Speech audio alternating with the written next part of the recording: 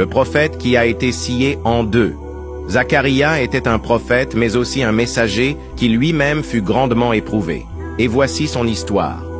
Le prophète Zacharia alayhi salam appela alors son peuple à adorer Allah et les avertit de son châtiment en des temps où débauche et grands péchés avaient atteint de grandes proportions. Notre prophète dut faire face à maintes difficultés et à la mécréance de son peuple.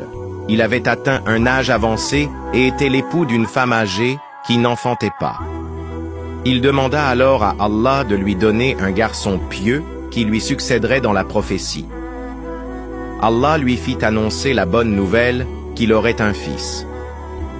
Plus tard, lorsque le prophète Zacharia entendit la nouvelle de l'assassinat de son fils par le roi, il quitta la ville, attristé.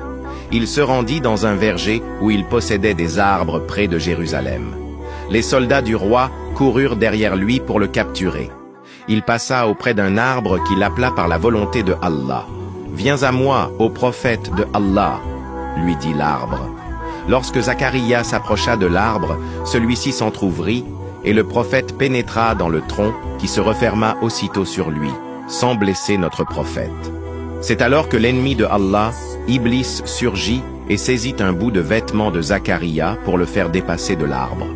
Sous une forme humaine, Iblis les amena jusqu'à l'arbre et leur montra le bout du vêtement de Zacharia qui dépassait.